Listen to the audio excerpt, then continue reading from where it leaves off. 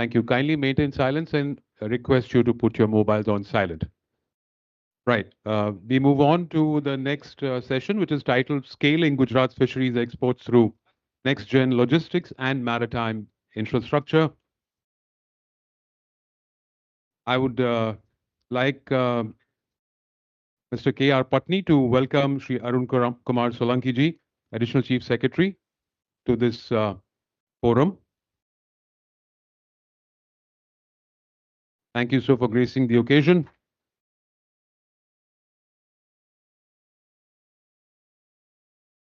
We do have Mr. Mohammad Tabish with us, hybrid online, but we are not able to make a उनसे संपर्क हो नहीं पा रहा है तो थोड़ा सा समझ. Yes, he is there. I can see him. Mr. Tabish, can you hear us, sir? Yes, loud and clear. I don't know if you are able to hear me or not. Extremely sorry, we are not able to hear you. We are trying to solve it. Need your patience there. Right. Not an issue. Can we have Mr. Thanki to welcome Mr. N. Ravi Shankar, Director, Central Institute of Coastal Engineering for Fishery? Welcome, sir. Requesting Mr. M.K. Chaudhary to welcome Mr. Muhammad Ansari, Harbour Engineering Department, HED, Government of Kerala.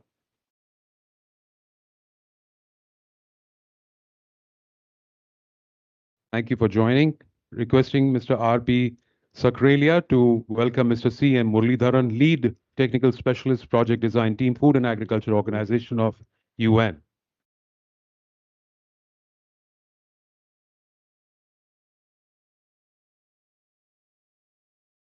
And also Mr. Dharmendra Chauhan, District Development Manager from NABARD.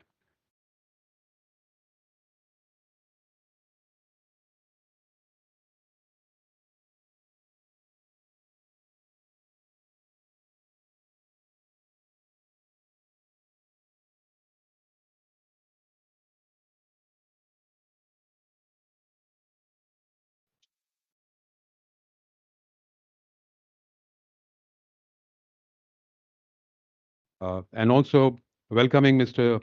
Karadi is Mr. P.R. Sarsraya. Thank you very much for joining, sir. Requesting Mr. Karadi to also kindly welcome this session, please.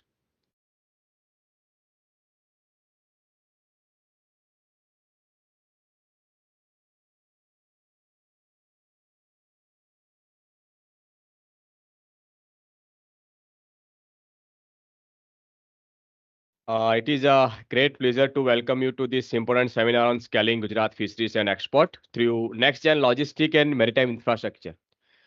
Basically આજ કા ये जो seminar हम लोगों ने रखा है આપણે જે આજે રાખ્યો છે બેઝિકલી પોર્ટ લેડ ડેવલપમેન્ટ એટલે કે જેટલા પણ બંદરો છે जितने बंदर हमारे पास है उस एरिया का विकास हम लोग अच्छे से करके कार्गो डेवलपमेंट करना है, पोर्ट डेवलपमेंट करना है, कोल्ड चेन सिस्टम बनाना है, डिमांड सप्लाई चेन के लिए जितने भी चीजें हमें पोर्ट के आसपास या पोर्ट के नियर बाय एरिया में डेवलप करना है, तो उसके लिए हम कैसे आगे बढ़ सकते हैं और ये सारी चीजें हम प्रोसेसिंग करके फिर कैसे एक्सपोर्ट को अपना बढ़ा सकते हैं.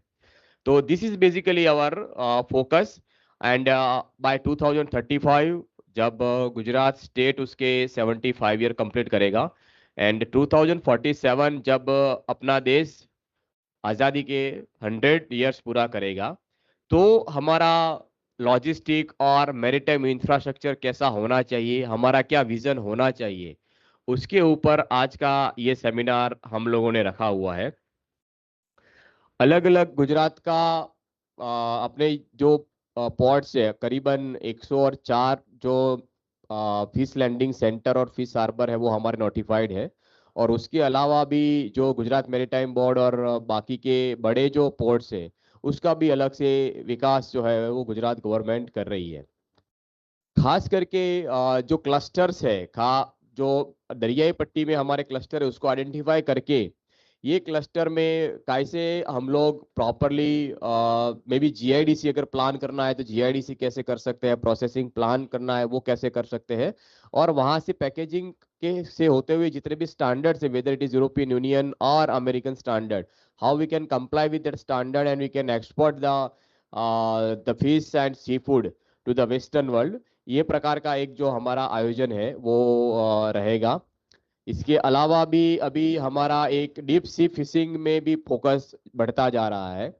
तो डीप सी फिशिंग में भी हम कैसे आगे बढ़ सकते हैं, हमारे फिशरमैन या हमारा जो कम्युनिटी है वो लोग डीप सी फिशिंग में भी यहाँ से 200 kilometre 400 kilometre under the sea, below the sea और beyond the waters they can go and have that capacity कि वहाँ वो फिशिंग कर सके, वहीं पर ही मदरशिप हो, वहीं पर ही उनका प्रोसेसिंग हो और वही प्रोसेसिंग वहीं से हम एक्सपोर्ट कर पाए। इस प्रकार का एक जो विचार है अभी से गवर्नमेंट ऑफ गुजरात और गवर्नमेंट ऑफ इंडिया कर रहा है। प्रधानमंत्री मत्स्य संपदा योजना जो है वो भी इसी का ही एक भाग है कि कैसे हम फिशरमैन या फिशरमैन कम्युनिटी है उसको और ताकतवर बनाए, वो और सोशियो इकोनॉमिकली सामाजिक आर्थिकी से और उन्नत हो और वो कैसे आगे बढ़े, वो भी माननीय मुख्यमंत्री श्री और माननीय प्रधानमंत्री जी का एक लक्ष्य है। तो आप यहाँ पर आए हैं हमारे साथ, अलग अलग जो फील्ड है उनसे जुड़े हुए स्पीकर्स वक्ता हमारे साथ यहाँ अवेलेबल है। और बेसिकली हम जो नेक्स्ट जेन लॉजिस्टिक और मैरीटाइम इंफ्रास्ट्रक्चर में काम करना चाहते हैं उसमें हमें कैसे आगे बढ़ना चाहिए, कहाँ से हेल्प हमको मिल सकता है, ये सारी चीज़ें जो है वो थोड़ा बहुत जो ज्ञान जो है या थोड़ा बहुत नॉलेज जो है वो डेफिनेटली हमें यहाँ से ये देंगे। तो आज सब आप यहाँ पर आए हैं और मुझे आशा है कि हम सब जो है कुछ नया सीख के ये जो वाइब्रेंट गुजरात रीजनल समिट है उसमें जाएंगे। Thank you so much.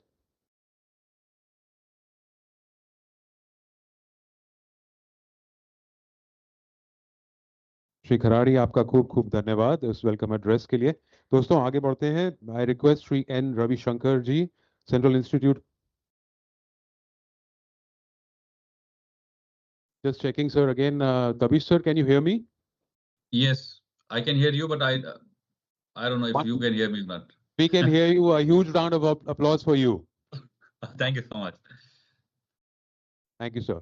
So straight away you are pulled into for your speech and your talk. So here's to you. Thank you so much. First of all, thank you so much for inviting all the dignitaries, and especially I've been contacted by World Bank. So thanks to the World Bank team, especially Mr. Vinayak, who has especially personally invited me to attend this seminar. And unfortunately, very sorry, my sincere apologies, I was unable to attend it in person. I had some urgent work, legal work in Greece, which I have to urgently rush back here. So thank you so much. I will present it from here, so it will be easier for me to control the slides, if you allow me, please. Can I present it from here? If you can, yes. Thank you so much. Just let me share it from here.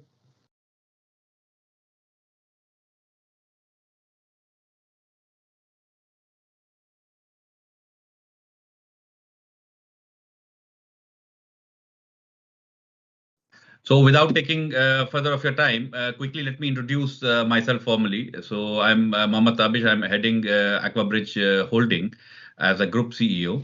And today I would like to present to you about the next generation, what we are doing in terms of aquaculture, how the aquaculture is being enhanced with the new technologies continuously coming up in market, and how this can be the future of all the seafood production and the protein for human consumption. And most importantly, what will be the role of Gujarat in handling that? So when we talk about the next generation, so we are talking about quickly from moving from this kind of environment to this environment. So which completely gives a contrast that what we want to project as change in infrastructure or change in technology or deployment of technology. Now, seafood, as you all know, and it's very hot topic these days. That the global trade is changing very fast. There are unpredictable tariff regimes coming across different regions, and that is affecting the way how we deal in terms of the international trade.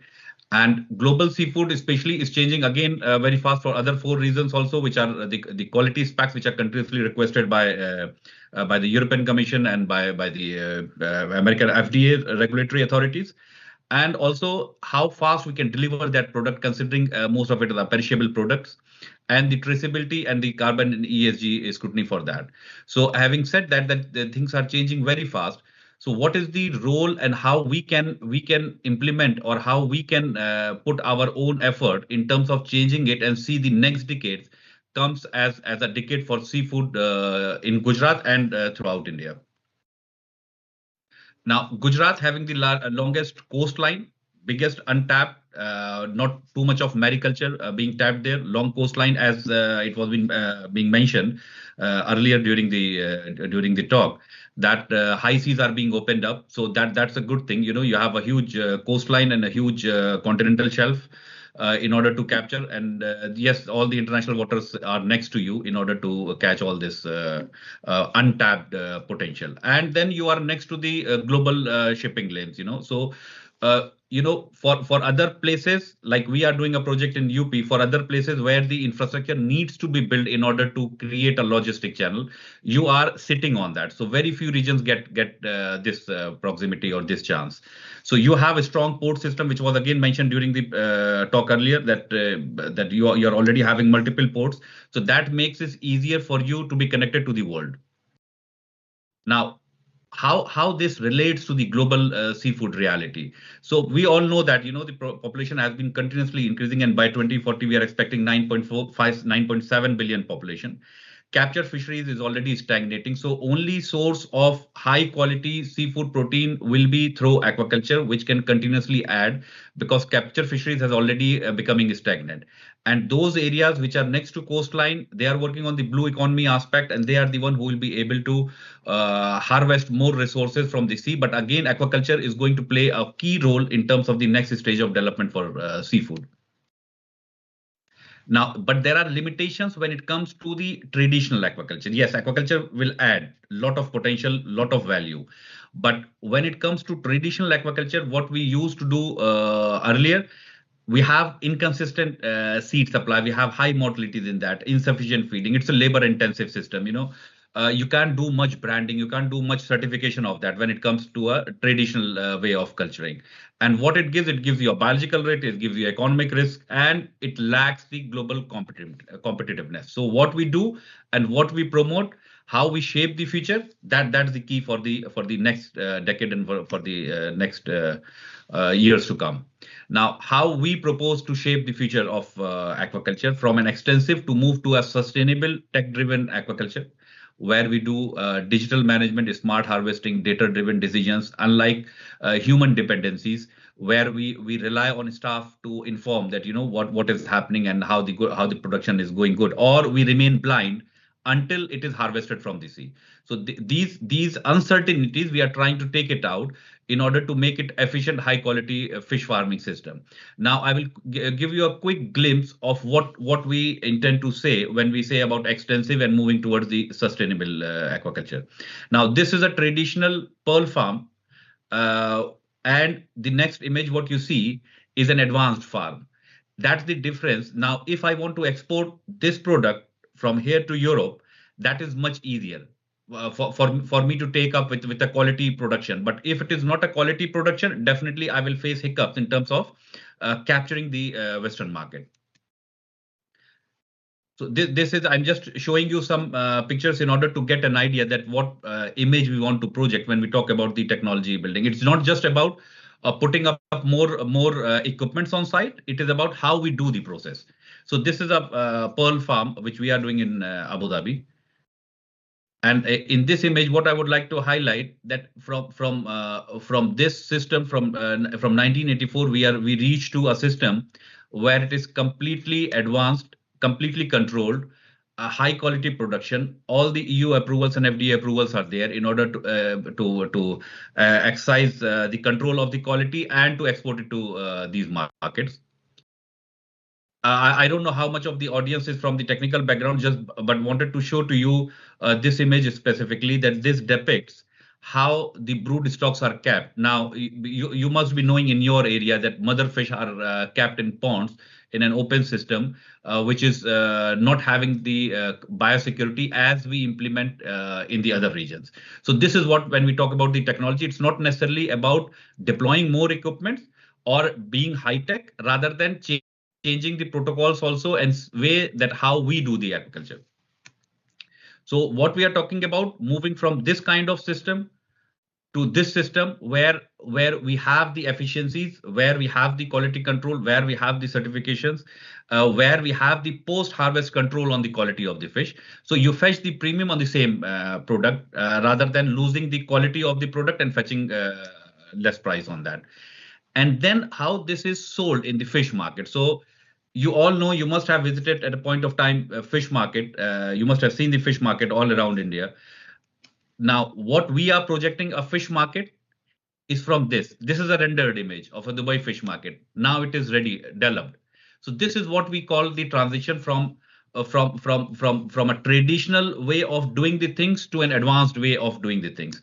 So the old market to moving from this old market where there is no quality control, where there is no post-harvest control, where the fishes are being sold without temperature control, to a place where the fish is being sold in a completely climate controlled environment, and you feel like going there for buying it. So this is the transition what we want to see in terms of Gujarat also, that this becomes the center of excellence. If someone talks about fish, they say, yes, we need the Gujarat quality to be delivered, rather than telling that, we need this particular certification to be delivered. So this is the vision what I want to project to, that if we work towards development, and the policy, since the policy makers are there, it is the best platform to identify and see that what are the gaps and how we can develop this branding, that when someone has to say about the quality, they say we need the Gujarat fish, we need the Gujarat quality of fish.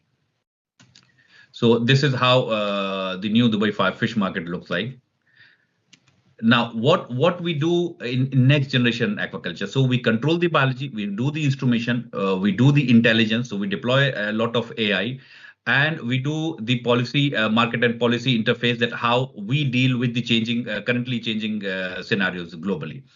Now, to do this, we have a lot of things which are in place in terms of the digital farm management. Now, when we say about the digital farm management, the how we are going to achieve this, the world look towards the quality of Gujarat. When we have better control, when the government has better control, when the government has better data to know what actually is happening in the farm, when the farmers have a real-time monitoring, and when you have all this data integration and production planning coming to a central platform, then it becomes easier for the government entities also, in order to control that and to pitch that to the Western world, or for the exports in terms of generating extra dollars, or even for the local consumption. So why our people should be getting a poor or inferior quality, and only the exports should have the better quality? So what we project and what vision we want to give, that our people also are entitled to get the same quality what Europeans are getting. So our production locally should also match with the same standards as that what we are doing for the Europe exports. And when this can happen, when we deploy the technology in that. So I'll just give you a quick glimpse of the technology what is being deployed. So we use a lot of AI and the controlling monitoring systems, wireless sensors, deployment of underwater sensors, cloud monitoring control. I don't know how much time is left. I'll not be taking much of your time. But then the next system started, because we are doing already an extensive system in India. So this is another thing where the cost of the farmer goes. So around 55 to 60% of the cost goes only for the feeding. And if the feed is wasted, farmers end up losing money, and they are less profitable, economically is less viable. So nowadays technologies are there where the automatic feedings are taking place. We are also deploying these feeders in UP along with the World Bank project UP Agrees. So the farmer needs to be empowered with that. So we should not be afraid that, if we deploy the technology, we'll have unemployment. It is not about the unemployment. It is about the empowering the farmers to have the better control on their production, and how they can increase the efficiencies of the same system what they have. So instead of increasing the capital investment in terms of increasing the area of production, we prefer to utilize the same area and increase the productivity from there. So just a quick glimpse of how this works. It's completely automated system. And nowadays, we went one step ahead in order to start the drone feeding also. So this can be utilized when you do a marine cage. You have a vast resource of marine next to you, where not lot of marine cage farming is being developed. So that is where you can utilize the real potential, because it becomes a three-dimensional culture. We go usually in these kind of marine cages, we go 12 to 15 meters deep. And now we have cages which is completely submersible. So it goes completely under the water, and the ship can pass over that.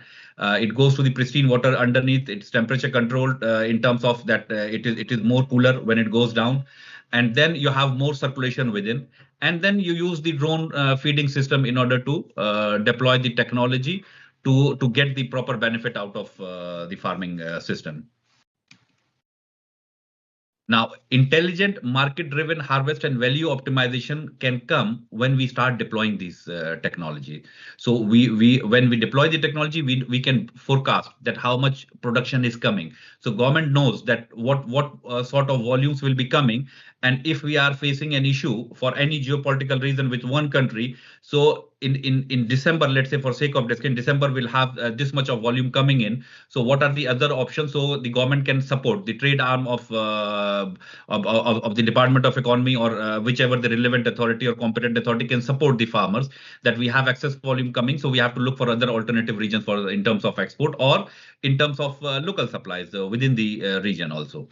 So this is how, when we deploy technology, the biomass forecasting can be done, market scheduling can be done. It's an efficient quality inspection system, and of course the traceability, which is a next level of farming when it comes to the exports, basically. So this is how we usually harvest in marine cage farms. Now, all this we are talking about to create a brand out of Gujarat. So a brand which comes by certification by itself. So we don't need to provide any, or Gujarat farmers should not be providing any certification. Their name should be sufficient enough that no, the fish is coming from Gujarat. So the certification driven branding. So once the farm starts getting certified for best aquaculture practice certification, or ASC certification, or any of the best practice, they have the HACCP implemented, then it becomes easier for you to do the branding as a state. So I am giving you a international perspective of what can be done locally.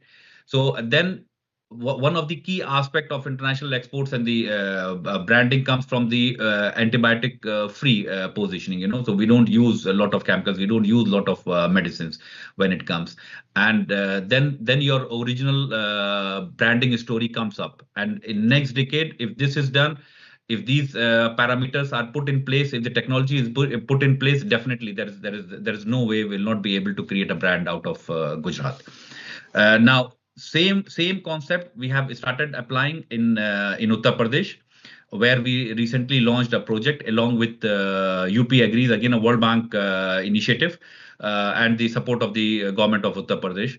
So this is what we are developing, or we will be developing in Gujarat. The land is already allocated, so we'll be investing 461 million US dollars to develop a huge feed mill, very advanced, fully automated hatchery for quality supply of juveniles, and PLs for shrimps, and research and development in the training and capacity building area. So this is what we focus on, that how we develop the capacity within the state, rather than bringing the technology from outside, or bringing people from outside.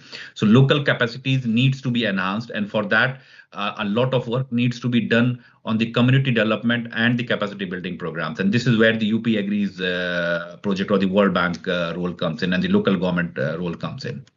So I don't know what level of community development is happening in Gujarat, but definitely there must be happening a lot.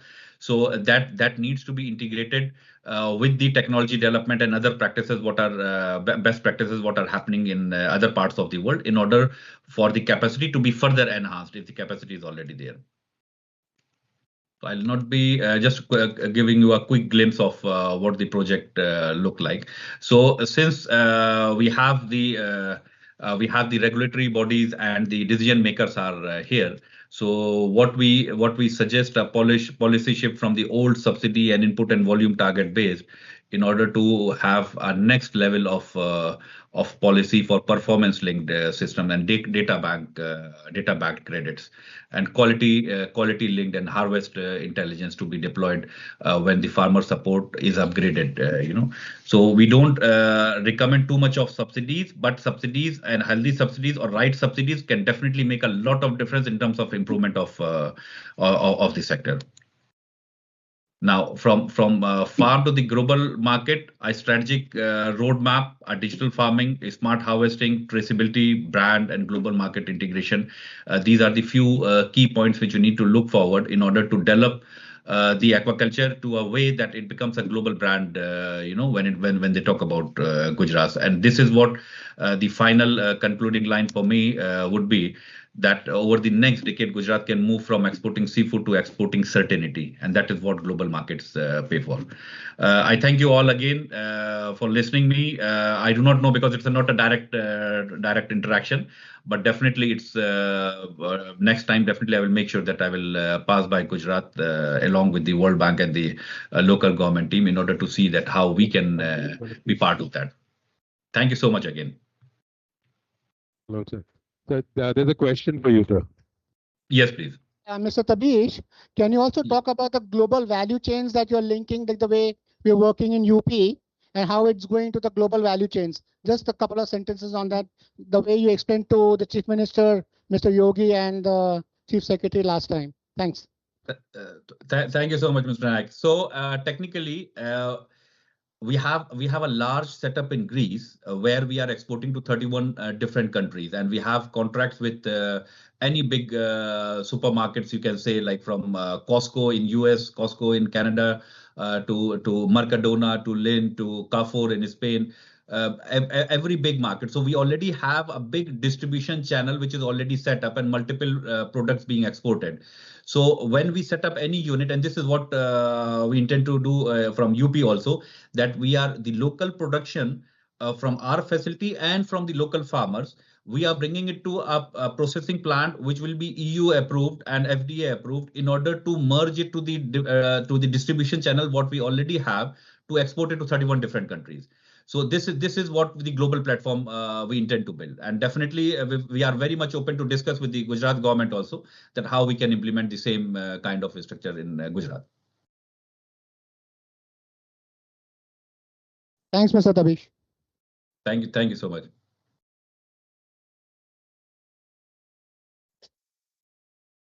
Thank you so much, Mr. Tabish, for your knowledge and for your time. We move on to the next speaker. I request Mr. Ravi Shankar, Director, Central Institute of Coastal Engineering for Fishery, to kindly come up for his address. He would be talking about modernizing fisheries, harbors, and coastal infrastructure.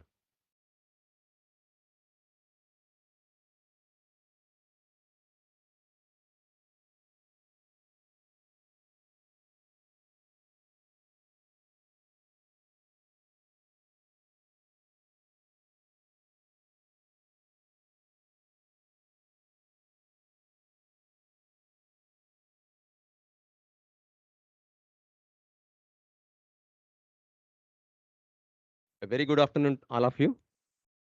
Myself, Ravi Shankar, Director, Central Institute of Coastal Engineering for Fishery, a subordinate office under Department of Fisheries, Ministry of Fisheries and Animal Husbandry and Dairying, Government of India.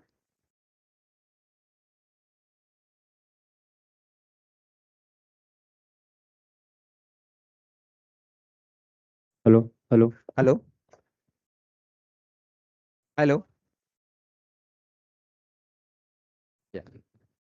Yeah, thank you. We are located at Bangalore. Is it okay?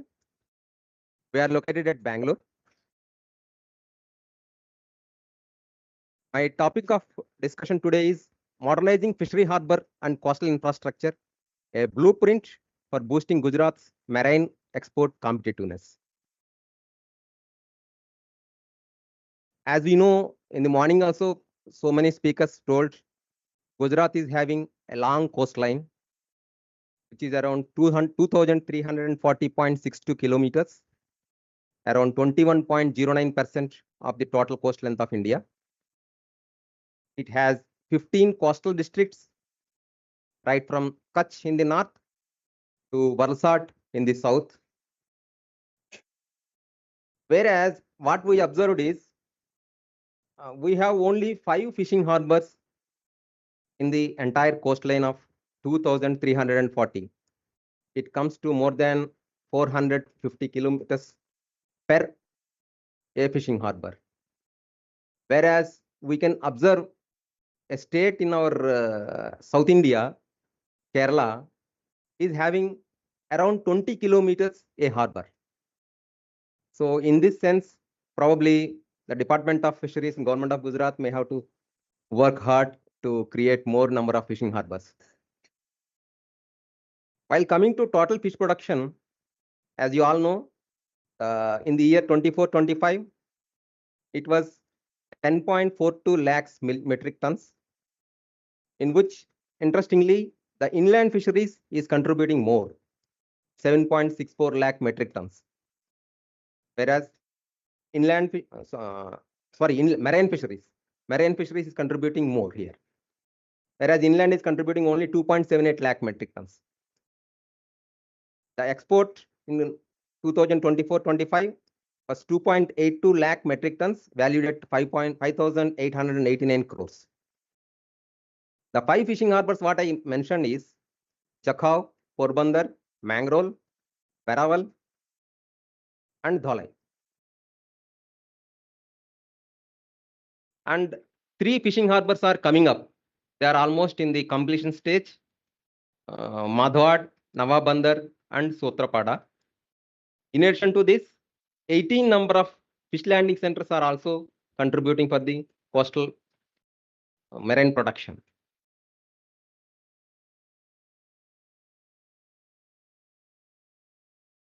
After considerable time and need, any fishery infrastructure needs to be modernized, considering the demands as well as the available options. The modernization of a fishing harbor is generally necessary to enhance fish quality, to improve operational efficiency, to boost economic viability and livelihood, to promote sustainability.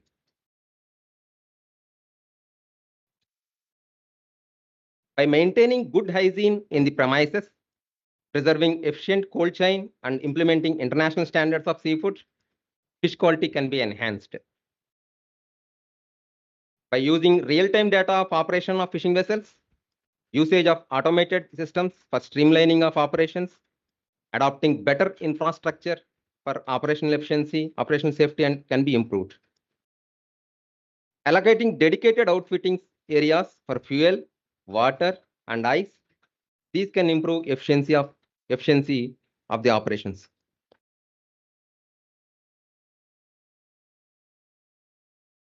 Boosting economic viability and livelihood of fishers, adopting transparent auctioning systems, using digital auction rooms and other advanced methods to get fairer prices for the fishers.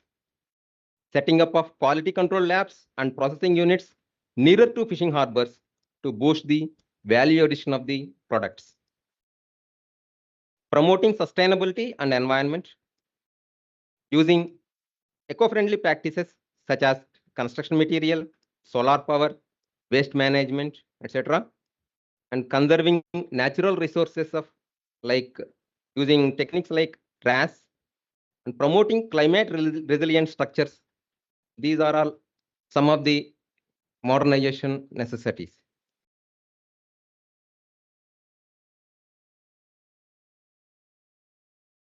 Some of the important parameters needed when we plan for modernization of a fishery infrastructure, particularly fishing harbors, they are physical and functional utility, harbor operations, fish landings and revenue, socio-economic impact, environmental aspects, operation and maintenance.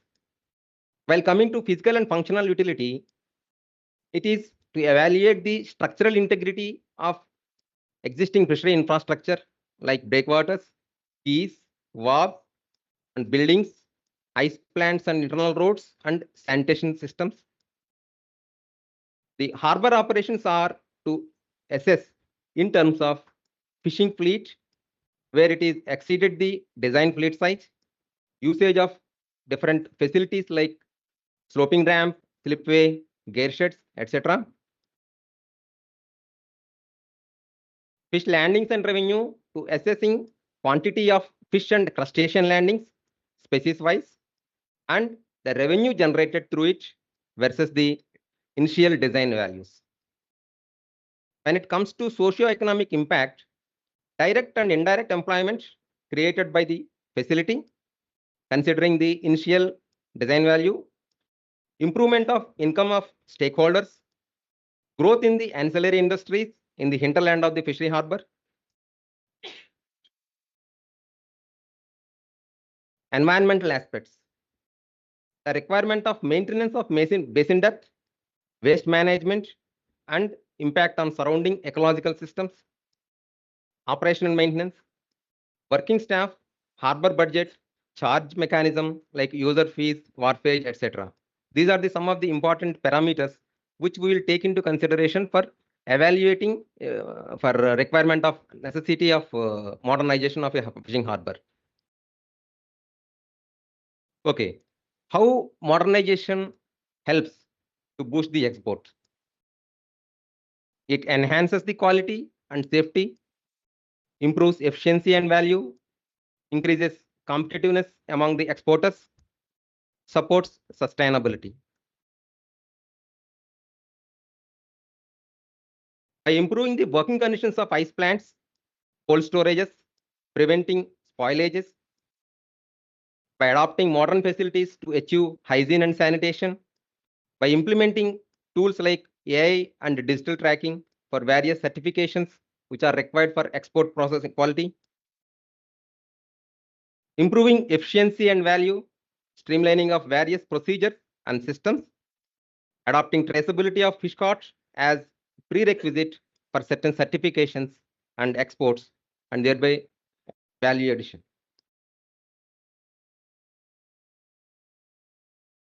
Increase in competitiveness. With the adoption of these above tools, it is possible to meet the international standards and hence export market could be improved, achieving reduced post-harvest losses and attracting more investors in this sector. Supporting sustainability. Presently, we are implementing global best practices like development of smart and integrated fishing harbors in the country. Government of India, in its flagship scheme of PMMSY, is developing three smart and integrated fishing harbors in the country. One of the smart and integrated fishing harbor is coming up at Jakhau with an investment of more than 200 crores.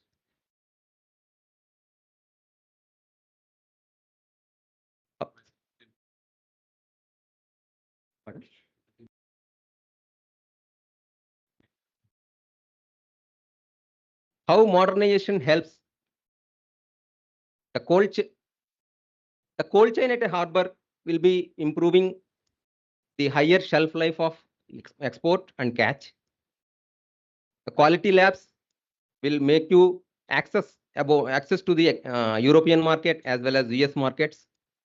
Digital traceability will help in better prices and trust. Processing zones will shift to value-added exports, and green infrastructure will give a sustainable export branding. These are some of the challenges which the fishery sector is facing today. Congestion in fishing harbors due to overflow of fishing vessels than the design capacity and thereby inadequate facilities. Insufficient cold storage facilities and processing centers due to more fish catch and unscientific handling of fish. Inadequate connectivity to logistics and export places and more post-harvest losses. So these are the important priority areas where we can concentrate for modernization of fishing harbors. Cold chain and logistics, using technology and digital systems. Of course, skill development is very, very necessary in this present era. These are some of the recommendations what we can recommend. to strengthen O&M mechanisms with trained personnel, to introduce waste handling and sanitation systems, to promote cooperative use of facilities among the fishermen, providing training and capacity building measures to harbor users, periodic evaluation to make the infrastructure up to date.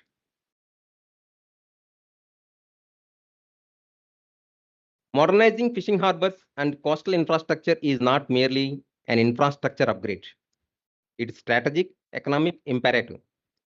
As one of India's leading maritime states with immense marine resource potential, Gujarat stands at a decisive juncture where targeted investments in world-class fishery harbors, efficient landing and auctioning systems, cold chain logistics, processing clusters, and digital traceability can significantly enhance its marine export competitiveness.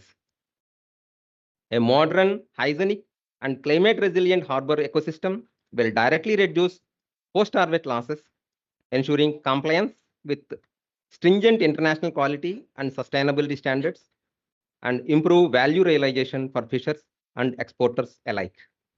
Integrated infrastructure development, aligned with global best practices and supported by policy reforms, private sector participation, and technology adoption can transform Gujarat into a preferred hub for high-value marine exports.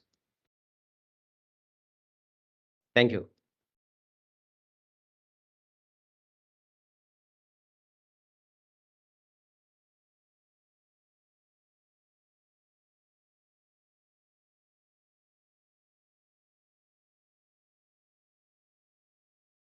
Thank you very much.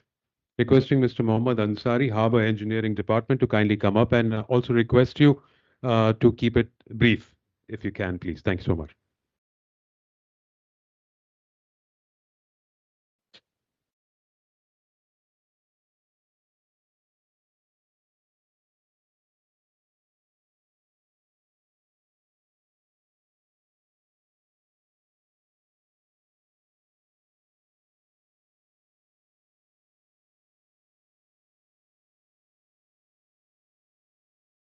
A very good afternoon to all. First of all, I must thank the Gujarat government for inviting me to this function. And it's actually a sharing of knowledge what I am proposing to do. Not I am suggesting anything, but whatever things we have carried out in the state is being shown with examples. And all these pictures I have taken not from the Google, it's all real pictures. So all copyrighted protection is there. Okay. So first of all, let me explain what our department is doing. So this is an independent state government department. I think it's only one of its kind in India. Nowhere in any state we have a separate engineering department for harbor and ports. And we are doing all construction of ports and harbors in Kerala. And also we are in charge of operation of fishing harbors. Now the 3 fishing harbors are under construction. Now we'll be having 25 fishing harbors in the state. Now already we have 22. All the construction and operation and maintenance is done by our department. And we also do coastal tourism schemes, coastal stabilization techniques, some hard and soft measures like geo tubes and all we have done. And we do also works for fisheries department like hatcheries and ponds and roads, coastal roads and bridges and coastal water supply schemes. And HED is also an approved consultant by Government of India. And we have done already works for Cochin Shipyard and Indian Coast Guard. Now we are doing we have submitted a DPR to Government of Pondicherry for development of one of their fishing harbors. And a user charge collection is pioneered in India by our department. We are collecting a sizable amount of money from the fishing harbors. In some, we are getting annually 1 crore after all the expenditures. In some cases, we are getting 5 to 10 lakhs. So this is actually a PPP model by which we tender the whole operation to a private party. They will operate it like paying the electricity fee, they clean the premises, they do whatever immediate maintenance, like changing of bulbs or water taps. But we do all the routine maintenance, repairs. So after paying everything, what is you're going to pay the government? That's why we are getting a huge amount. In some of the cases, it's already exceeded the concession cost. And we have initiated some sustainable construction practices as well. So this is the broad spectrum of what we do. These are some of the pictures we have carried out. That's breakwaters. As you know, it's a part of all ports and harbors. We are doing some cargo ports. Unlike Gujarat, we have very small commercial ports, apart from Cochin ship port that is being operated by Government of India. And some of the minor ports we are doing it. And we do dredging reclamations. And this is another important thing is some of the breakwaters in our harbors have been developed for the coastal tourism angle, so that the fishermen will get some alternate revenue generation by way of putting up some kiosk or something. So by way of this, they'll have an alternate employment generation. And also beach walkways, tourism. We're doing some fish hatcheries, aquarium, and we have done some consultancy work for Cochin Shipyard for as part of the INS Vikrant. When it was fabricated, there was some issue with siltation and all. So they approached us for some of the solutions. And another one is the coastal stabilization. Here to the right, the picture is around 4 to 5 kilometers of the coastline is eroded near to a fishing harbor. So we have put up some 2023 groin field. The entire shoreline is retrieved in that area. So what must be a fishing harbor? It is something like an interface between the capture and the consumption. So here where all the activities of handling of fish happens. So typically a fishing harbor consists of a safe mooring area. Safe mooring in the sense that the basic cheapest form is a beach landing. Can also be called as a fishing harbor, can be. And the most expensive one is the deep water port, where the industrial fishing boats or trawlers comes with the packed, the finished product, and they'll just unload the cargo and can right away take it to the market. And another provision is provisions for utilities and boat servicing. And ice cold storage, as everyone knows, and the marketing infrastructure. And the connectivity is very important for as a fish. Somebody asked fish is smelly, but I am saying fish is not smelly as such. When it is stale only, it becomes smelly. Otherwise, fish has no smell. Am I right? Yes. So fish as such is not smelly. So it has no smell at all. So when it dies and decays, it starts smelling. So if you can able to transfer the goods received in the fishing harbor within the shortest possible time, what you're experiencing is a good environment where the foul smell will not be there. So the type of fishing harbors can be artisanal or the coastal or offshore or distant waters, depending on the type of infrastructure established. I'm not going into the detail. So this is a typical plan. This is the flow of vessels in any fishing hub. It differs, but we all plan everything according to this plan. Where in a particular fishing harbor, we plan everything according to the flow of vessels. But unlike the ports, here the major point is there is an approach channel and the quay or wharf there. The vessels will be berthed only in those locations. But in a fishing harbor, there is a tendency or there has to be a practice by which the fishing boats anchor in all over the basins, maybe due to the lack of waterfront or something. So this is a challenge because in some of the projects, the sanctioning authority will only sanction dredging to a particular approach channel only. But we need to have the depth through the entire basin area. This is another point. So these are the facilities required. So I'm not going deep into this because everyone knows as you're all in this sector. So in the broad sense, there's a water side facility and the land side facility. So water side facilities, and everyone knows there's a breakwaters or the shore protection or the entrance channel, the harbor basin, the quays are there, the boat hauling arrangements, the navigation leads. The land side facilities, we have the auction halls.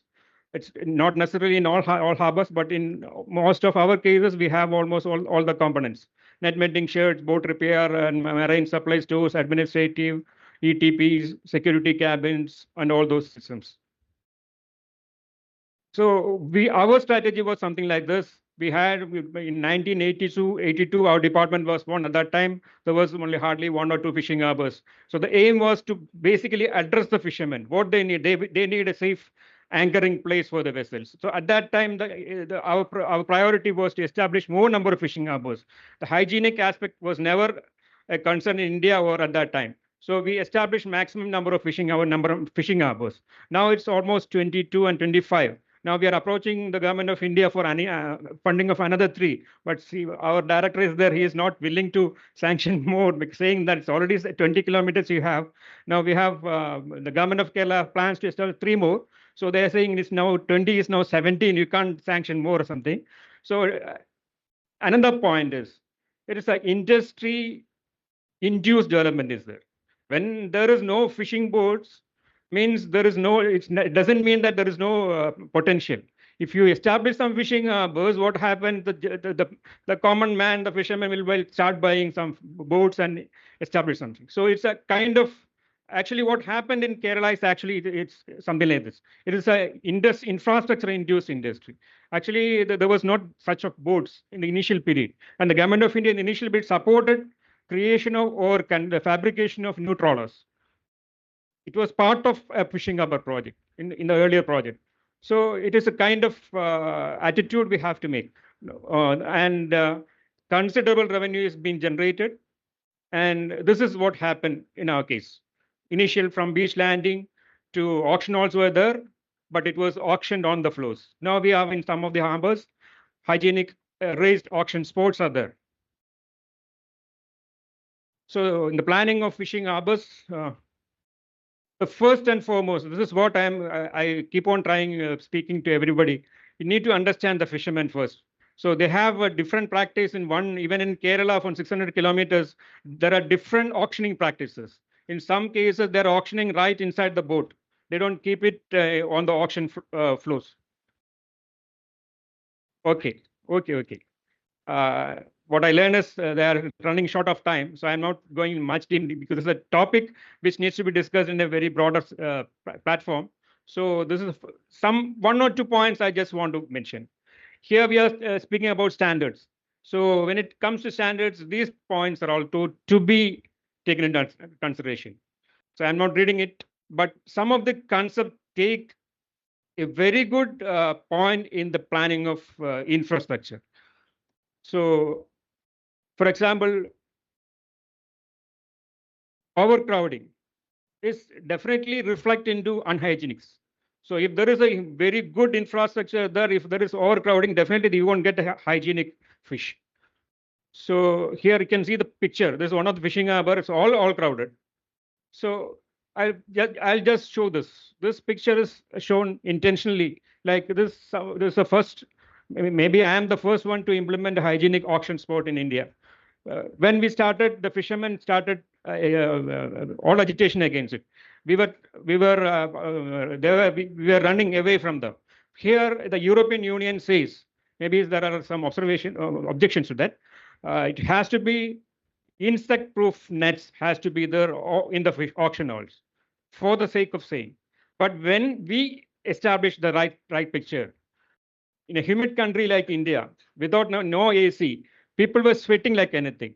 So they immediately went and within 2 months, they damaged everything.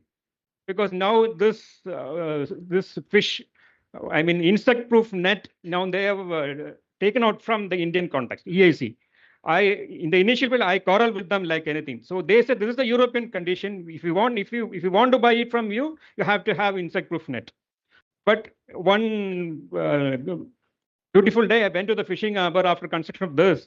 What I said is all the insects are inside. Because through the doors in the night, they came inside somehow. They don't know how to go outside. So it's actually insect-proof net, but actually done the opposite way. So these things have to be taken into account in the design of planning of things. This is the harbor we made it with auction sports. And some of the sustainable angle is not much time left. So I'm just leaving it. This is a sustainable. We have made an island for dredging of disposal of thing. It's all kind of geotubes. Now it's now a Miyawaki forest is on this island. It's artificial island. And another one is in a fishing harbor. We have made geotube temporary protection wall. We can easily put stones there, but we didn't go for that. And another one is this is a new construction. It's going to happen now. It's also a groin with zero stones. This is a very good initiative appreciated by the World Bank and all Asian development. So plastic-free ocean, Sujita Sagaram. That's whatever, when the fisherman comes from the sea with the trawlers, they'll be having some plastics with them. So these plastics, we are shedding it and reusing it for bituminous roads, coastal roads. So this is a very good initiative. It can be replicated anywhere. Now what they're doing is after the honeymoon period, they're asking for some money. Initially, they were very eager to bring it without cost. Now they're asking, we need some money for per kg. So this is the shedding unit. In harbor automation, I just want to, with time limits, one video I'll show because the smart and green things we are discussing. So I'm just stopping it with the video.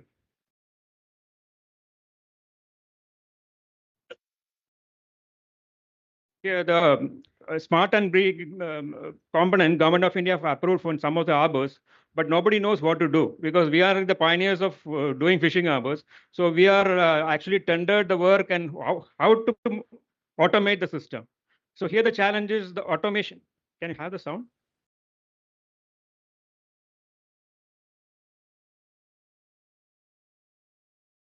Okay.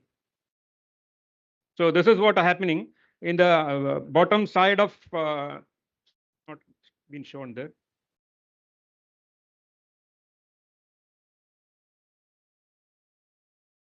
Here the system is already there. The boats are already there, sir. So actually in the international thing, there are pumps, water pumps that suck the fish from this and pump onto the system. But here the boats are already there. So we can't change the system. So we tendered the work. We had multiple meetings and all. So finally we have zeroed in on this system. I don't know. Now we are going to implement it.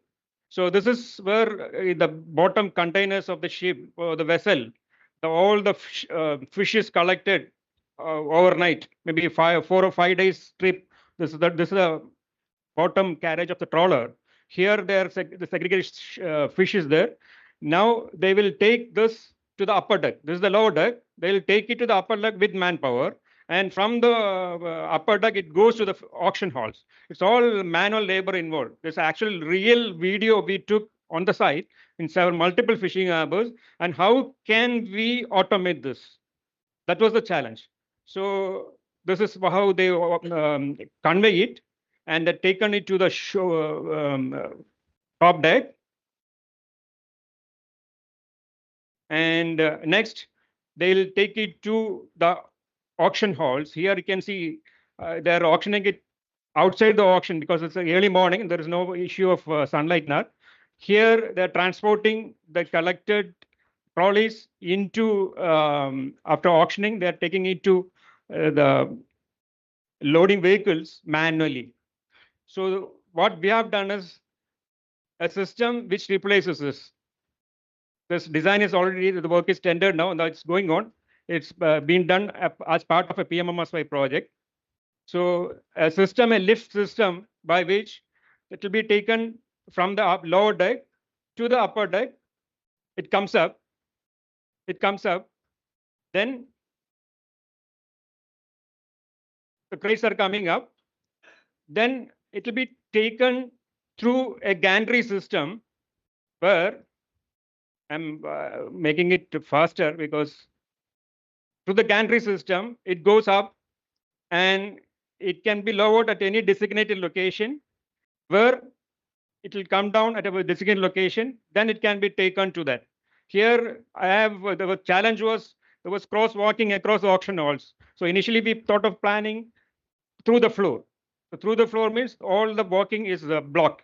So here we are taking it through above the head, and it is going up and it is lowered at a particular location, and thereafter, if required, it can be transferred through a conveyor belt like this, where the lorries are waiting, and by this mechanism, it can be easily loaded onto the vehicle. Now the work is now started. Maybe we are expecting the results within 6 months. So 6 months will tell whether to go forward or backward. I don't know. So this is all we are expanding with the people, with the experience. So what I'm shared is maybe useful to you in some kind or other. And thank you so much once again. Thank the government of Gujarat for inviting. Thank you.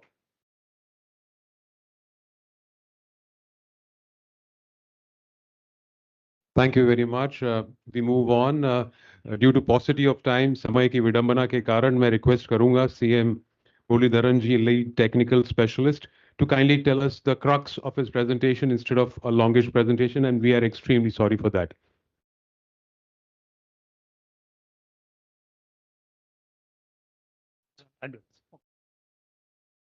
Respected dignitaries on the dais, off the dais, Fisher brothers and sisters. So now I just make my presentation as possible because my job is made easy because many of the points I wanted to say has already been told in yesterday's and today's session. So I will concentrate on things which has not been told yet. Okay. Well, my presentation will have these six headings. So straight away, I go into what you mean by aquatic food systems, because that's the most important part FAO looks into. So FAO 2008 has defined aquatic food systems as a production, aggregation, processing, distribution, consumption, and disposal of aquatic food fishing, all included. So this has got two parts. This is coming from aquaculture and this is coming from capture fisheries. And the other part of it is placed within the broader economic, societal, natural environment, such as open oceans, rivers, systems, and all that. I just don't want to go to this. So all these factors has to be considered in aquatic food systems. So when you talk about export also, finally, the sustainability of the aquatic food system is what is looked into. And the major document that we can refer to at this point of time from FAO is the Blue Transformation. Blue Transformation is the latest publication from them. And then it's talking about a vision of a transformation of aquatic food systems for better production, better nutrition, better environment, and a good life, better life for all. So 4 betters. So now, in Blue Transformation, you got the key part is the key sustainable aquaculture, sustainable fisheries, and the sustainable trade and value chain. So all this is included in the whole of the aquatic food system because we can't separate one from the other. So these are the portion that I may speed up because this is what has been spoken a lot yesterday and today. So about the coastal length, about the large continental shelf, 20% of the marine production, over 25,000. And here, actually, that's something which the fishing crafts in Gujarat, there are more of mechanized boats compared to many other this thing. So many other states have got a lot of traditional boats or FRPNR. So here you have to consider this fact. And pelagic demersal fisheries both are available a lot. And then strong physical and institutional infrastructure that's been told a lot. What are the infrastructure already available? Nearly 17% of national field export by volume. This is also to be considered when you talk about export. So brackish water aquaculture, quickly to say, aquaculture, there's a lot of potential. Out of 89,000 hectares identified, only really 10% is really utilized now. I think Mr. Manoj Sharma yesterday was mentioning it's 3 or 5%, but I don't know from the statistics I took, it's around 10%.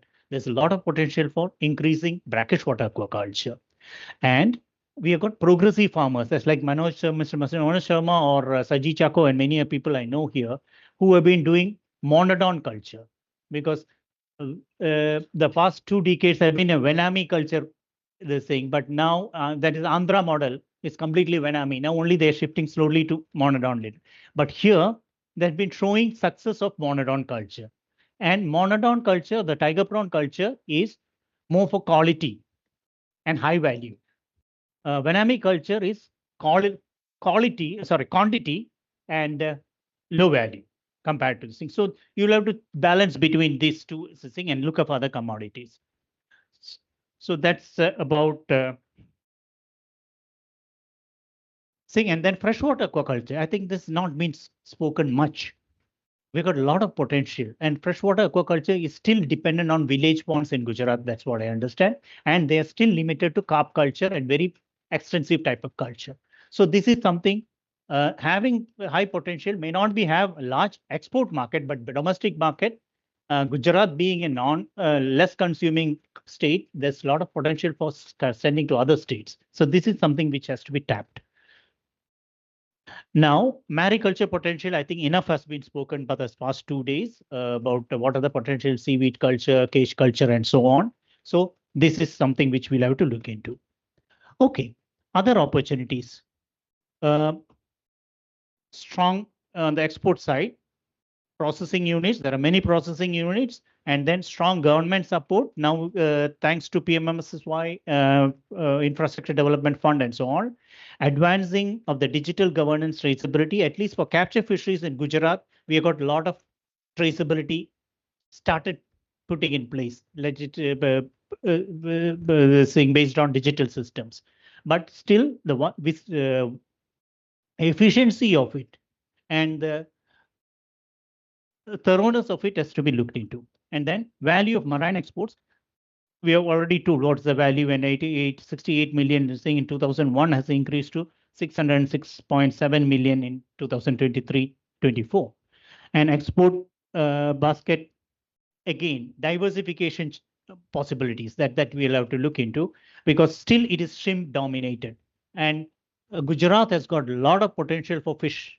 Saying it's already exporting fish, but I don't know whether we are exporting it to the right markets for the right price at the right quality. I think ribbon fish is something which we have been exporting to China and others. So tap this to the full length. This is something which you have to look. Okay, challenges. Many people have already talked about the challenges. Stocks show sign of overexploitation because it's deeply marine fisheries thing, and we are still remaining to the inshore waters. So overexploitation is visible from CMFRI studies and all that. Bycatch discards. I think this is something that has to be reduced to make the best use of all the catch you make, and high operational cost. So the fuel cost and other things. So you to break even. How do we increase the efficiency, economic efficiency? Climate change and habitat degradation. I think the morning someone was World Bank madam was talking about it. IUU fishing and overfishing. I think this is something which FAO is also very using. Illegal, unreported and unregulated fishing. This is something which have to be checked in thing. Low value addition. I think this is very important. We are still exporting it in a frozen form or something like that. Very little value addition, and that's we are not making full use of it. Poor domestic consumption. I think this is something which we'll have to look into, so that how do we increase the consumption or go to give it to the other states. High export dependence, and then weak cold chain and traceability. Actually, here I wanted to, many people had talked about cold chain. Where we are missing is the cold chain at the start point. We are very serious about cold chain in the harbor, landing center, when you pack it in the truck and go and all that. But when it capture fisheries in the boat, how much are we giving importance to the fish that comes remains in the fish hold for 3 or 4 days? And we have to consider the fisherman's priority also, because they got a high value fish coming up. They would like to ice that fish first and then keep the other one and with less ice. But the quality suffers when it comes to the harbor or landing center. So nothing can be improved on the quality if it is not handled well in the thing. So after that, you freeze it, put it in ice. After that, it's not going to improve the quality. I think this is very important from the export point of view. So how do we address this? Trade barriers, of course, this is the latest issue that we are facing. Challenges facing the aquaculture. Many people have already told diseases, management challenges, and all that. Traceability, environment, climate concerns. Unlimited this is something limited macro planning. This is something Gujarat can learn from other states. I'm talking about Andhra, the capital of aquaculture now in India. The major mistake, they're making a lot of producing a lot of shrimp and other thing in aquaculture. But what they made was it was ad hoc development. One farmer developed 10 years back. Farmer next one person developed it behind that. So it's not this was not planned, not a common feeder channel, not a proper drainage channel, and all these things. So these were the challenges. Now, because Gujarat is still developing, we can develop into real clear plan GIS model planning. So whole area, how to develop it, how many ponds to be allotted, what's the carrying capacity? This is something we have to do. Then fish seed production critical to bottleneck, especially for freshwater fish culture. That has to be addressed. Productivity freshwater ponds is low. This is also we have to address. Future directions quickly. Effort control. Number of fishing trips that can go. A number of boats that can be permitted. Whether there's a alternate days or something like that. To say how many boats should be going. There are many models we have to follow. Then mesh size regulation. Spatial and seasonal closure that's already happening part of the Marine Fishing Regulation Act, combating IUU, illegal unreported and unregulated fishing through better vessel monitoring system and monitoring, control, and surveillance. I just have to add one point here. Monitoring, surveillance, and control. From my Indonesia some experience, what I just understand was they were giving importance to, there are 4 stages in monitoring and control. This is before you go for fishing, while fishing, when you land the fish into the fishing harbor or the landing center, and then the value chain after that, going to the consumer. We sometimes concentrate only in the boat this thing, how much they catch, then it is something which is unreachable. We are not able to say what exactly they're catching, even if they report electronically. But and it is very costly to monitor that. Where we can control is before they go for fishing, the nets they take, the number of the token system and other things, and how do we all the mechanism is there, and then after you come back, when they land the fish, whether it is of the right size, it's you're bringing any juveniles or something like that, that can be checked in this thing, and all these things, whether it's in fresh condition or not. Then again, when it goes to the processing this thing, then that's usually it is being taken care of. So these are the areas. So before fishing, at the fishing harbor, and on the value chain part, marketing part, that's where we have to look in. Given a lot of concentration, it will control the all illegal fishing. Ecosystem approach to fisheries management, and this is what from FAO we would recommend. Ecosystem fish approach on fisheries management. I'll come to the details a little bit. And co-management. So co-management is fisheries department may have a lot of officers, but still you've got a limitation. How many boats can you check? How many is this thing? Unless the fisherman is completely involved in the whole process, or the farmer is completely involved. More of pure pressure, whether you should go use this net or that boat, this thing, you should go for fishing over this day or not. And then improved cold chain. And I already told about improved cold chain, where it has to be improved more at the fishing boat level. Improved digitized traceability, which is already there, but then we'll have to make it clear and transparent. Blue, and this is what FAO has helping in. The Blue Ports Initiative. This is a large new initiative through FAO also. FAO is helping Jukawa Harbor in saying to bring this transformation. I'll come to the details a little bit later. Then future directions in shrimp farming. This is to ecosystem approach to fisheries aquaculture, cluster-based planning, and take advantage of the cooperative systems. So instead of individual farmers doing it, cooperative system or fish farmers producer organization. That's the best way of taking it forward. Follow FAO guidelines. FAO has brought recently guidelines on sustainable aquaculture, learning from experience globally, and improved availability of SPF seeds of shrimp is very important now. Promotion of IoT, digital monitoring system has been talked about a lot now. Following certification system, starting from MPDS Safari. I think Mr. Anil was talking about it in the morning. So this is something you see. And then you can go into the ASC or MSc certifications also, because this is something which we have to take into. Future direction for freshwater fish culture, I would say let us try, take some models from Andhra Pradesh on nursery yearling culture and all that, and make the efficiency of the fish culture improving.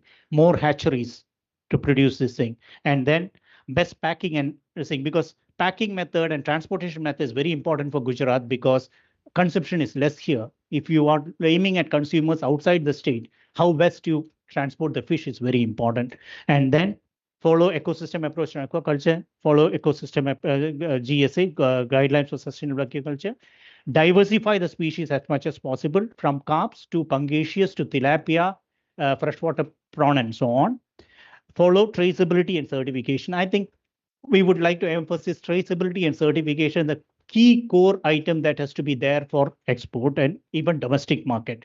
As someone said, domestic consumers are also have the right to have good quality fish. Future direction for mariculture, high potential mariculture, make use of it, GIS planning and so on, scientific and site selection, water quality management and technologies, multi-trophic aquaculture. This thing actually, some wording they was presenting it already, making the pollution from one system to be taken as the intake of the other system. Let it be seaweed with fish culture or whatever it is. Policy reforms and alignment with national schemes such as PMSSY and so on. So this would be the direction for mariculture. Export, of course, I would already told about it. Emphasize completely on digitability and traceability certification. Unless you have the certification, the new export markets are not going to take any more thing, and you have to add value there. Fully tapping the export potential of fish is thing. So again, I mentioned that we have only dependent on shrimp can we increase the fish export right from value the fish from the pond or the boat. Diversify export markets because the US tariff is a major threat now. Lot of China and other markets are being explored too. So I think this is continue. And then value addition, something we are not adding enough value to the fish, which now we sometimes export to even shrimp. Sometimes we export to Vietnam. Vietnam, they reprocess it and messing. Why can't India make that money? Why should we? So processing value addition is very important. From the FAO point of view, some of the guidelines are this. That is Code of Conduct for Responsible Fisheries 1995, and this Sustainable Aquaculture Guidelines, Roadmap for Blue Port, ecosystem on ecosystem approach to fisheries, ecosystem approach to aquaculture, and so on. And now, quickly, what do you mean by ecosystem approach to aquaculture? In simple words, if you say it's balancing between human well-being and ecological well-being through proper governance system. So that will lead to sustainability. And the key principles that you have to follow in ecosystem approach, it's not that conservation against protection. It is balancing between conservation and protection. Good governance, appropriate scale, increased participation, multiple objectives, cooperation, coordination, adaptive management, precautionary approach. If a time permit, I could have explained each of these points. And then I may be skipping the next slide. It is from the Sustainable Aquaculture Guidelines. These are the key points that goes into sustainable aquaculture. So finally, thank you. What I wanted to say is sustainable production in both capture fisheries and aquaculture is the foundation for the aquatic food value system, whether for export or for domestic market. let's make best use of it. I didn't speak much about export promotion, other things, the agencies like Maritime Export Development Authority and all that capable of doing it. So I didn't want to get into that details. So thank you very much for giving this opportunity to FAO, and thank you.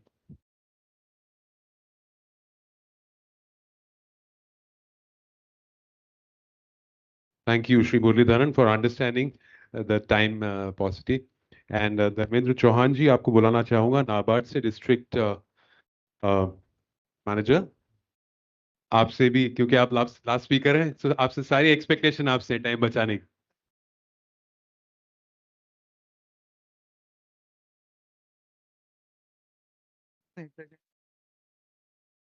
So thank you all. Good afternoon all. As we know that this is the last speaker and I have been given a time, maybe 5 minutes is there? 5 minutes. Okay, I'll try to finish in 5 to 10 minutes, sir. 5 minutes. Yeah. So, respected panelists, senior officers from the government of Gujarat, industry leaders, bankers, distinguished participants. I believe some fishermen are also there in this August audience. I thank Fisheries Department for inviting NABARD to give a brief speech or presentation on the subject, which is scaling Gujarat's fishery exports through next generation logistic and marine infrastructure. So my speech has, I mean, lot of points are overlapping with what guests have told, but then I'll be touching upon those areas which has not been spoken about, say credit, then diversification in fishing sector, and also credit part where NABARD is also playing a very important role. So Gujarat is uniquely positioned in India's blue economy with the longest coastline, as many speakers have told, in the country, strong marine fisheries and rapidly growing aquaculture sector. The real challenges before us is not the production, I would say, but efficient conversion of the production into export value, because we are talking about, how we can improve our export, how we can enhance our exports. So that's a challenge. We have good production, but then lot of production is getting wasted, rejected because of the quality testing. And to make it export oriented, we have to have a good quality infrastructure at the fishing sectors. Globally, seafood exports are increasingly driven by cold chain connectivity, speed and reliability of logistics, quality compliance, traceability, and sustainability. Gujarat already contributes significantly to India's marine fish production and exports, supported by major ports such as Kandla, Mundra, Pipavav. These ports, I'm talking about Gujarat. However, post-harvest losses, as I told, fragmented handling, weak last mile logistics still constrain the export realization or export potential. This is where the development finance and institutional support becomes very critical and important. From NABARD's perspective, our role is not as a regulator or exporter, but to work as a catalyst, bringing or bridging the gaps between fishers and markets, infrastructures, finance and sustainability and growth. So there are 3-4 points which I would be touching upon to address this topic. First one is infrastructure. Infrastructure, as we know, is the backbone of fisheries exports. Critical gaps exist in our plants, like ice plants, cold storage is not sufficient, primary processing units are not sufficient or adequately equipped, hygiene handling facilities is missing, or it's not as competitive as other export markets, European markets or foreign markets. Then these refrigerator containers are also not sufficiently placed at the harbor. So I would also in these 4 points cover like what NABARD is doing in this. So NABARD supports this through bank refinance. Banks are giving loans to fishing sector, but whatever fishing financing they have done, we do refinancing to eligible activities. So we do bank refinance. We also do direct financing to cooperatives of fisheries. Then we do have formed FPOs of fisheries, farmers producer organization or fishermen producer organization, as we call them, aggregators of fishermen. Then we do finance to MSMEs, micro, small, and medium enterprises working in this sector. And then there is something called RIDF. I will a little bit elaborate. RIDF is Rural Infrastructure Development Fund. This was constituted by Government of India and NABARD in 1956. So those banks, as we know that every bank has to give 40% of credit to priority sector, and that priority sector are decided by government and Reserve Bank of India. It is education, then housing, then agriculture, crop loan, term loan, and then fishery sector is also included in that. So under RIDF, those banks which are falling short of achieving 40% priority sector are directed to park their money with few institution.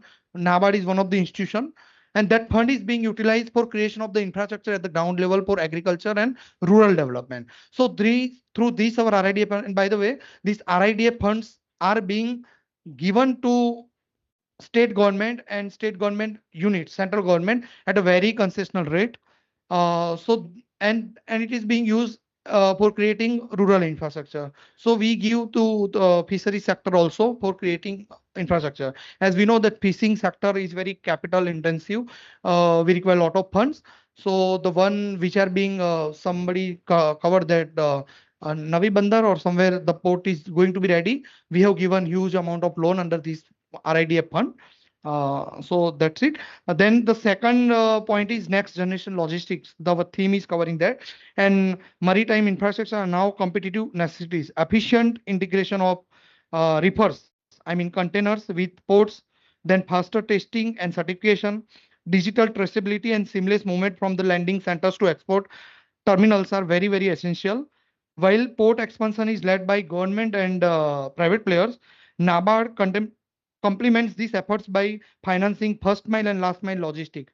So first mile is when catching fish and then making taking it to market, and then last mile is also like from so I would like to give an example which I have quoted here, like frozen shrimp processed say mangrove port, then post harvest that has to be, I mean the transportation from another port, it requires certain level of temperature to be maintained, and for that we need refrigerated vehicles. So for buying that refrigerated vehicles, bank finance is there and we do refinancing there. So we do work in this first mile and last mile financing also. So that takes care of the, I mean, logistic infrastructure. We are also playing role in that. The third point is strong institutions. Without, see, fishermen are individual entity. So as I told, like FPOs, fishermen FPO, then cooperatives of fishermen. These makes institution. Now institution has a better capability to understand everything, credit and all, and then ultimately it is the fishermen, I mean FPO or cooperatives are institution of fishermen community. But when they are aggregated into institution, it becomes more formalized, it becomes more efficient. So there also we played role. uh, this is a missing multiplier in fishery export, I would say. Small and marginal fisheries often lack scale, bargaining power, and the capacity to comply with this export requirement. And exactly where this FPO formation or say cooperative formation plays a very important role. NABARD actively promotes and finances fisheries FPO, cooperatives, and SHG-based enterprises. Strong institution enables aggregation, standardization, better price discovery, and direct linkage with the exports. Export growth must be institution-led to be inclusive and sustainable. The fourth and the last point which I would like to talk, which nobody has covered, probably nobody is a banker also, but as we know, everything boils down to credit, money, rupee, right? So we are a credit, I mean, we do refinance, but bank, I'm sure those who are banker will relate. Bank has to give loans. So there are a lot of issues at the ground level. We keep on discussing at the district level forum, block level forum, and now there is a huge importance in our forums that KCC penetration. We do give KCC loans to those agriculture practitioner where there is a land, but when it comes to giving KCC to only fishermen or only dairy farmer, the performance is very poor all India. So government is we are working very closely with the government to address these things. For if I talk about Gujarat, KCC limit for fisheries or say dairy still alone. If you are doing, I mean, if you have agriculture land, then it's a 3 lakh rupees. I'm talking about very small farmers or very small fishermen. So only 2 lakh rupees limit is there. So now if I'm a fish farmer or I'm say dairy farmer, I don't have any agriculture land, then I mean, bankers are very reluctant because of certain things like they don't have any collateral security. There is a land in agriculture. So we have seen that, maybe a huge potential is missing there, and we are trying to address that maybe in the time to come. And then what I observe, I had Porbandar also with me. Now it's a detect from me. I am taking up Rajkot. But what I observed that one of the project of Government of India, CRVCF, Coastal Resilient Farmers Village, Government of India Fisheries Department has come up with 100 villages to be developed, coastal villages. In that, Porbandar was also one of the village. So we chipped in little later into this scheme. So basically, this scheme is about creating uh, physical infrastructure by state government or fisheries department. And NABARD was, later on included that what you can do there as a part of capacity building. So one of the speaker told that capacity building is very important. This is a place where, NABARD is playing very important role, capacity building. So as a part of that, Navi Bandar in Porbandar, I visited. And what I learned that, I went there to explore the possibility of doing any innovative project with NGO or any institution in the district. But what I learned there that in that village, people are not aware about simple scheme of 20 rupees, that insurance. I don't think the audience which were present that day had availed KCC. So I did an entire day workshop, and I educated them. Like in past, they would have applied for loan, but then bankers have not given them loan. I told them. So what I'm saying by this example that we need to educate and give training and handholding to fishermen also, small fishermen. Otherwise, they will not approach bank for taking credit for their needs. So, I mean, such capacity building or seminars or information dissemination of all the schemes, fishermen are not aware about this scheme also. So that is what the four pillar credit. So fourth, credit flow and risk management and sustainability are central to the long-term success. Fisheries exports are capital intensive, as I told, and risk sensitive. NABARD support credit flow to the fisheries, aquaculture, processing, and logistic, while also building banks capacity for project appraisal. Equally, I'll conclude in 1 minute. So equally important is sustainability, as sir told, responsible fishing practices, climate resilient aquaculture, and ESG compliance. That So going forward, scaling Gujarat's fishery exports will require close coordination among all government departments, port authorities, exporters, logistic players, banks, and producer institutions. NABARD remains committed to acting as a development partner by financing infrastructure gaps, strengthening institution, and enabling convergence and across the scheme. Also, I would point to one of the missing points that seaweed farming nobody touched upon. It has a huge potential, as we know. We need to train our fishermen. We need to create a model of demonstration unit. NABARD has already initiated this project in few of the districts. We want to showcase, demonstrate that seaweed cultivation is very, very important and it has a huge potential for export. We are lagging behind completely. We are in global scenario, we are less than 1%. But the potential we can tap into is more than 15 to 20%.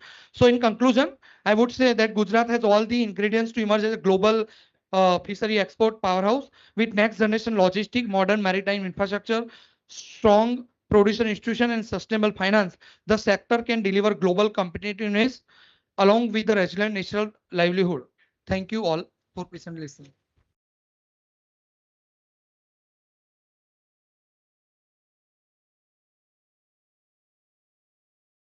નમસ્કાર. આજનું આ session સમાપ્તિના આરે છે અને આ સમાપ્તિના સમયે હું મંચસ્થ સમગ્ર મહાનુભાવોનો કમિશનર ઓફ ફિશરીઝ ઓફિસ વતી ખૂબ ખૂબ આભાર માનું છું. હવે આપણે જે MOU સાઇનિંગ વાળી પ્રક્રિયા છે એ બાકી છે ફરી કરીએ.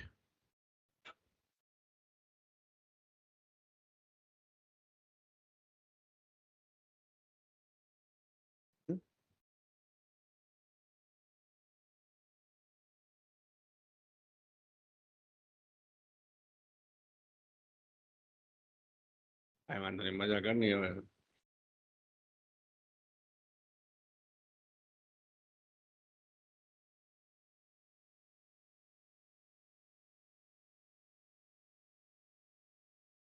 માનનીય એસીએસ સાહેબને ફેક્ટરી ફંક્શન માટે જવાનું હોય, કમિશનર ફિશરીઝની આખી ટીમ ડાયસ પાસે આવી જાય. ઉપસ્થિત સમગ્ર માછીમાર સમાજના ભાઈઓને તેમના પાર્ટિસિપેશન બદલ ખૂબ ખૂબ આભાર.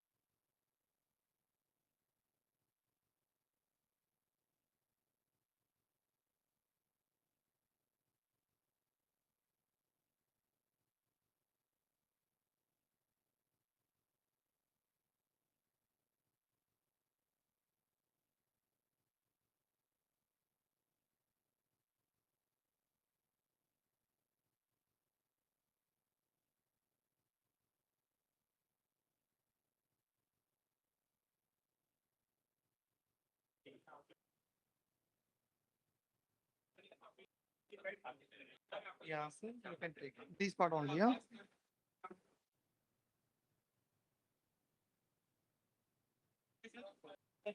एक घंटे से ज्यादा हो गया है ना सेशन.